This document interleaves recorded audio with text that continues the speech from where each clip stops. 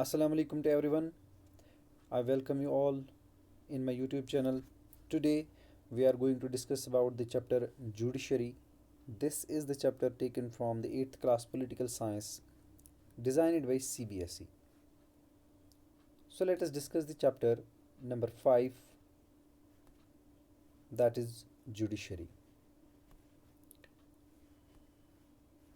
Dear students, first we should know what is judiciary. So in simple words we can say the judiciary is the system of courts that adjudicates legal disputes and interprets, defends, and applies the law in legal cases. Or, judiciary is that branch of government which is primarily responsible for interpreting laws. So, it is a government organ and plays a very important role in the functioning of a democracy. It can play a vital role because it is an independent institution. तो चलिए जानने की कोशिश करते हैं judiciary क्या होती है। जुडिशरी असल में बोलते हैं एक ऐसे सिस्टम को जिसमें कोर्ट्स होते हैं। कोर्ट जिसको आप उर्दू में अदालत कहते हैं। तो कोर्ट्स का काम होता है लॉज को इंटरप्रेट करना, लॉज को डिफेंड करना और साथ ही साथ में जो लॉज है उनको लीगल केसेस में यूज़ करना। या हम सिंपल वर्ड्स में ये भी कह सकते हैं कि जो जुडिशरी होती है ये गवर्नमेंट का वो ब्रांच है जिनका काम होता है जस्टिस देना, जिनका काम होता है लॉ को प्रोटेक्ट करना, जिनका काम होता है लॉज से रिलेटेड कोई भी बात एक्सप्लेन करना, या जिनका काम होता है फंडामेंटल राइट्स या जितने भी लॉज होते हैं उनको प्रोटेक्ट करना। तो ये एक इंडिपेंडेंट ऑर्गन होता है। हर कंट्री में ये एक इंडिपेंडेंट ऑर्गन हो सकता है, कहीं पे पॉसिबिलिटी है नहीं भी हो सकता है। लेकिन जब ये इंडिपेंडेंट ऑर्गन होता है इट मीन्स इसके काम करने के मामले में कोई इंटरफेयर नहीं कर सकता। तो मतलब ये जब भी जुडिशरी काम करती है, फंक्शन करती है, तो इसके काम में दखल देने की इजाज़त किसी को नहीं है। हालांकि ये भी गवर्नमेंट का एक पार्ट है लेकिन दखल नहीं दे सकते हैं। कुछ केसेस में हो सकता है कहीं कहीं पे जहाँ पे ज़रूरत हो, लेकिन मेजॉरिटी जो भी यहाँ पे डिस्कस किए जाते हैं केसेस उनमें किसी तरह का इंटरफेरेंस नहीं होता। तो इस लिहाज से जुडिशरी एक इंडिपेंडेंट ऑर्गन है, इंडिपेंडेंट इंस्टीट्यूशन है और ये बहुत इंपॉर्टेंट रोल प्ले करता है डेमोक्रेसी की फंक्शनिंग में, क्योंकि डेमोक्रेसी में जस्टिस की बहुत इंपॉर्टेंस है।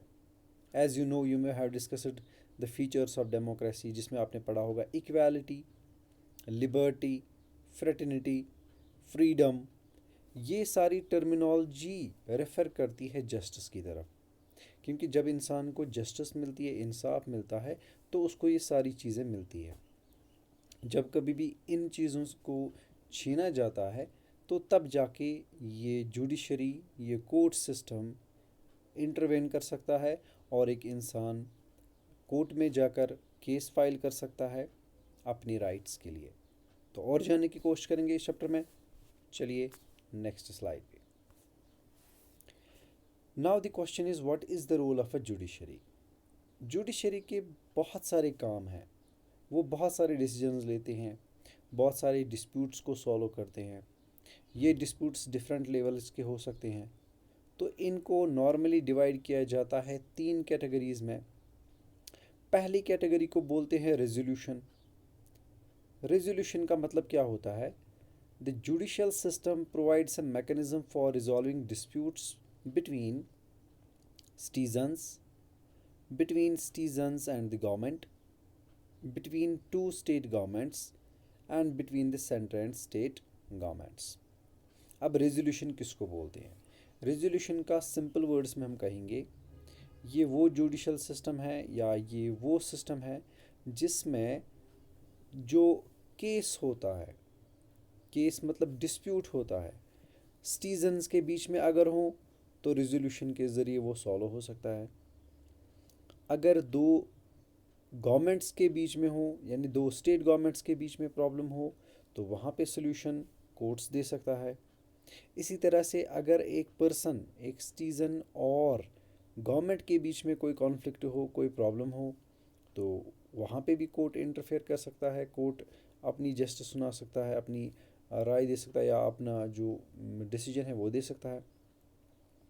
Between centre and state governments, मतलब जो डिस्प्यूट सेंट्रल गवर्नमेंट और स्टेट गवर्नमेंट्स के बीच में हो, तो यहाँ हमने देखा रेजोल्यूशन मतलब होता है वो मैकेनिज़्म जिसमें डिस्प्यूट सॉल्व किया जाता है, वो डिस्प्यूट जो दो इंसानों के बीच में हो, एक सिटीज़न और एक गवर्नमेंट के बीच में हो, दो या दो से ज़्यादा स्टेट गवर्नमेंट्स के बीच में हो, या फिर सेंट्रल गवर्नमेंट और स्टेट गवर्नमेंट्स के बीच में हो। दूसरा हो गया जुडिशल रिव्यू। जुडिशल रिव्यू क्या होता है? As the final interpreter of the Constitution, the judiciary also has the power to strike down the particular laws passed by the Parliament if it believes that these are violation of the basic structure of the Constitution. Judicial review का मतलब होता है जो courts होते हैं, या ख़ास तौर पे सुप्रीम कोर्ट और हाई कोर्ट, इनके पास पावर्स होते हैं। इनके पास पावर होता है कि अगर पार्लियामेंट ने कोई ऐसा लॉ बनाया जो कॉन्स्टिट्यूशन के ख़िलाफ़ हो, जो स्ट्रक्चर ऑफ द कॉन्स्टिट्यूशन के ख़िलाफ़ हो, तो ये उस लॉ को डाउन कर सकते हैं, स्ट्राइक डाउन कर सकते हैं, ख़त्म कर सकते हैं।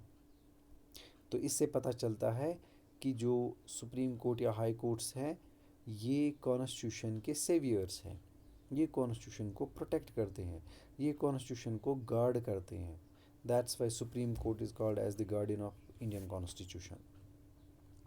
तो यहाँ पता चलता है जुडिशल रिव्यू का मतलब होता है जब सुप्रीम कोर्ट या हाई कोर्ट या जितने भी कोर्ट्स हैं, अगर उन्हें लगता है पार्लियामेंट ने कोई ऐसा लॉ बनाया जो बिल्कुल कॉन्स्टिट्यूशनल स्ट्रक्चर के अगेंस्ट है, तो उस लॉ को ख़त्म किया जा सकता है। ऐसी सिचुएशन को, ऐसे इंटरप्रिटेशन को, या ऐसे जो डिसीजंस है उनको बोलते हैं जुडिशल रिव्यू।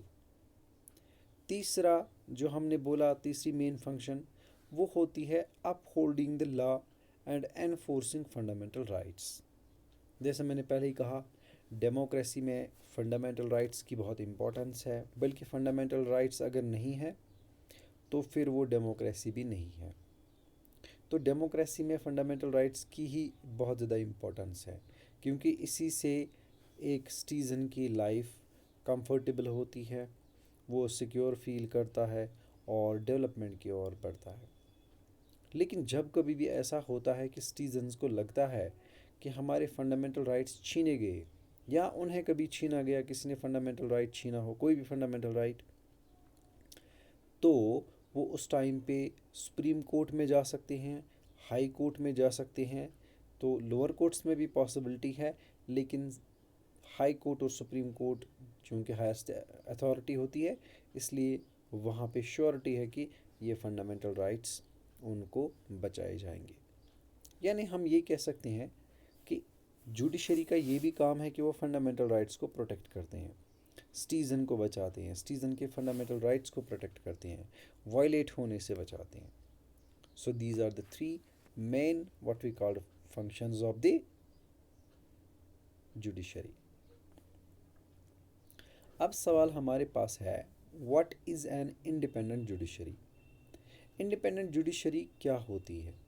तो the judiciary is an independent institution and no government organ can interfere in the matters of courts.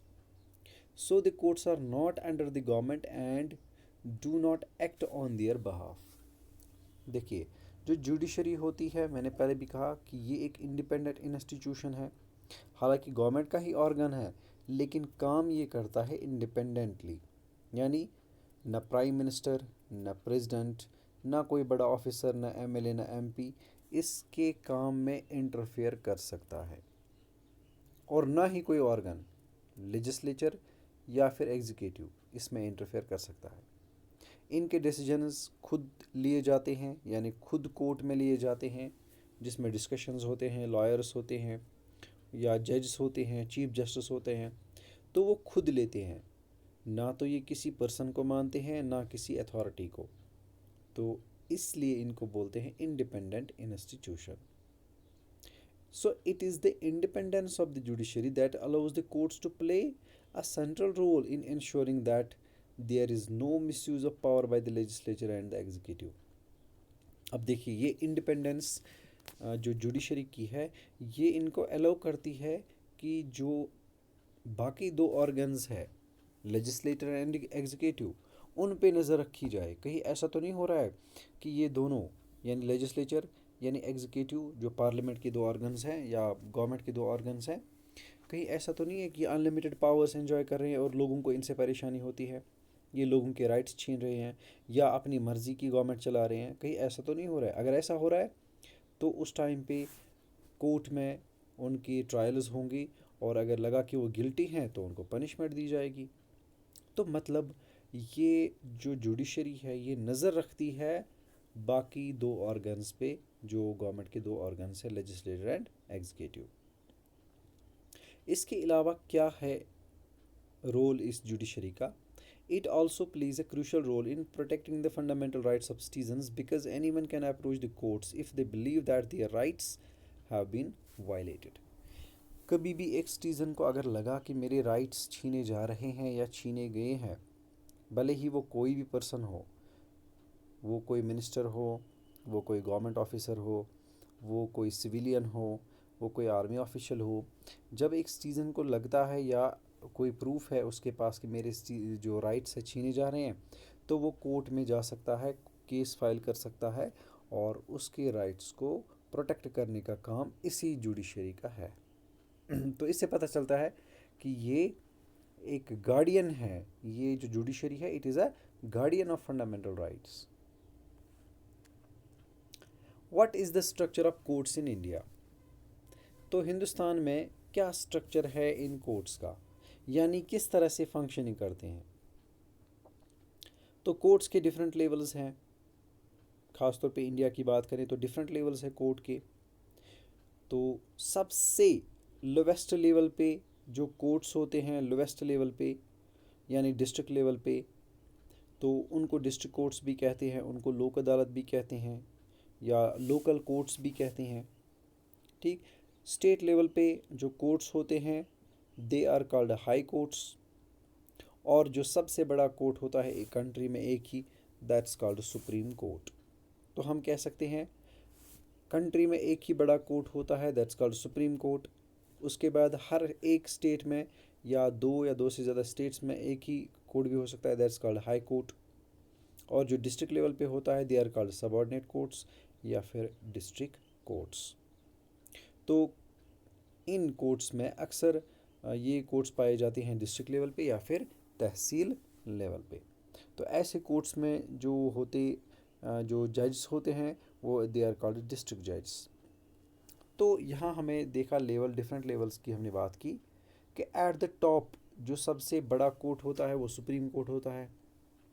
उसके अंडर या उसके नीचे स्टेट हाई कोर्ट्स होते हैं, हर स्टेट में अपना कोर्ट। फिर स्टेट हाई कोर्ट के नीचे होते हैं डिस्ट्रिक्ट कोर्ट्स या सबऑर्डिनेट कोर्ट्स। हर कोर्ट में जज होते हैं और जो डिस्ट्रिक्ट कोर्ट्स में जज होते हैं दे आर कॉल्ड डिस्ट्रिक्ट जज। तो ये स्ट्रक्चर है हिंदुस्तान में जो जुडिशरी की फंक्शंस, जो जुडिशरी की तमाम फंक्शंस को ऑपरेट करते हैं। अब देखिए, at the top is the supreme court that is located in New Delhi and is presided over by the chief justice of India. इस सुप्रीम कोर्ट में जो सबसे बड़ा जज होता है, बल्कि मैं ये कहूँगा कि जो सबसे पावरफुल पर्सन होता है जुडिशरी में, दैट इज़ चीफ जस्टिस। ये एक ही होता है, बिल्कुल उसी तरह जिस तरह प्राइम मिनिस्टर एक होता है, प्रेसिडेंट एक होता है। तो ये कहाँ होता है? ये न्यू दिल्ली के कोर्ट में होता है जिसको आप बोलते हैं supreme court. The decisions made by the supreme court are binding on all other courts in India. कोई भी डिसीजन, कोई भी फैसला जो सुप्रीम कोर्ट ले, वो हर एक कोर्ट को मानना होगा, भले ही वो हाई कोर्ट हो या फिर supreme court. So in India, there is an integrated judicial system, meaning that the decisions made by higher courts are binding on the lower courts. Integration का मतलब होता है जुड़े हुए, यानी नीचे से लेकर ऊपर तक जितने भी कोर्ट्स है ये एक दूसरे से जुड़े हैं। मान लीजिए किसी ने केस किया लोअर कोर्ट में, डिस्ट्रिक्ट कोर्ट में, तो डिसीजन उसको मिला या जस्टिस मिली, लेकिन पर्सन सेटिस्फाई नहीं हुआ तो वो हाई कोर्ट में जा सकता है। अगर वहाँ पे भी सेटिस्फाई ना हुआ तो सुप्रीम कोर्ट में जा सकता है। तो 3 लेवल्स है उसके पास, उस पर्सन के पास कोर्ट्स में जाने के। पहले लोअर लेवल हो सकता है, फिर स्टेट लेवल पे, फिर कंट्री लेवल पे। तो इससे पता चलता है that the judicial system in India is integrated, यानी एक दूसरे से जुड़ा हुआ, एक दूसरे से लिंक्ड है, बिकॉज दीज वर्क टुगेदर। और जो भी डिसीजन हायर कोर्ट्स लेते हैं वो उनके लोअर कोर्ट्स को मानना पड़ता है। Another way to understand this integration is through the appellate system that exists in India. Appellate jurisdiction और original jurisdiction ये दो ऐसे वर्ड्स हैं जिसको हम समझने की कोशिश करेंगे। Appellate jurisdiction का मतलब क्या होता है? This means that a person can appeal to higher court if she believe that the judgment passed by the lower court is not just. मान लीजिए आप किसी कोर्ट में गए, आपने केस किया, केस में जो डिसीजन लिया गया आप उससे खुश नहीं, आपको लगा कि ठीक नहीं है, तो आप एप्लीट ज्यूरिसडिक्शन का इस्तेमाल करके आप जा सकते हैं हाई कोर्ट में। इसी तरह अगर आप हाई कोर्ट से खुश नहीं हैं तो आप सुप्रीम कोर्ट तक जा सकते हैं। तो एक केस स्टडी है जो आपकी बुक में दी गई है, that is case study of dowry death.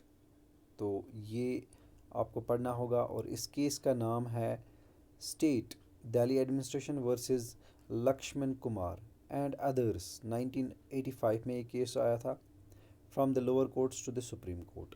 सबसे पहले ये कोर्ट लोअर कोर्ट में ये केस पहुंचा और पहुंचते पहुंचते सुप्रीम कोर्ट तक ये केस पहुंचा 1985 में। और इस कोर्ट का नाम, इस केस का नाम ये है स्टेट वर्सेस लक्ष्मण कुमार। तो बाकी जो चैप्टर का नेक्स्ट वाला पोर्शन है वो भी इंशाल्लाह पढ़ेंगे नेक्स्ट वीडियो में। तब तक के लिए अल्लाह हाफिज़, हैव अ नाइस डे।